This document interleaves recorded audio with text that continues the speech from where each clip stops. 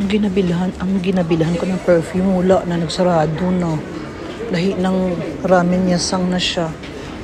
Muna siya direkto ng dito ako bumibili ng pagkain kapag pumapasok ako ng trabaho dati. Yan, hanggang dun yan. Yan.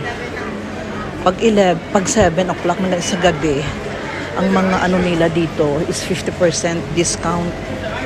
Kaya, yan, kasi klase yan, oh. Marami yan. Pura mata mo dyan. Pili ka lang. Kaya kahit hindi ka marunong magluto, mabubuhay ka dito sa Japan. Dahil lahat yan, kakainin mo na lang, initin mo na lang. O, ayan, di ba? Hanggang dun yan. Paikot yan. Pati kanin, pati nandito, sushi. Di ba? Grabe, ayan pa, Ito naman ang mga paborito kong kinakain. Yan. Naming ana. Paborito ko yan. Mga ganyan. Di ba ang dami? Nagsasawa ka. Kainin mo na lang yan. Di ba? Yun pa, Ang dami lagi. Kabilaan yan, Ayan, Yan. Magsasawa ka. Kung gusto mo naman ng may supermarket, kaya po sila dito. Ayan, Ayan. Mga nila, di ba? Grabe ka damo, gilay pura, mata mo dre, Kaibigan ko mamaya pa, mga 1 o'clock. Ayan, ito naman ang mga wet market nila dito, nila dito, supermarket, ayan. Hanggang doon. Ayan. Yan.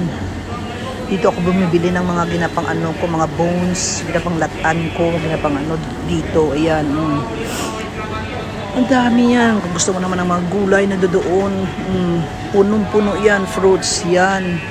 Hanggang doon. Diba? Na-miss kong lugar na to.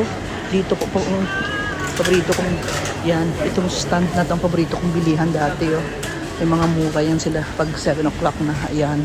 Dito. Yan. Diba ang ganda?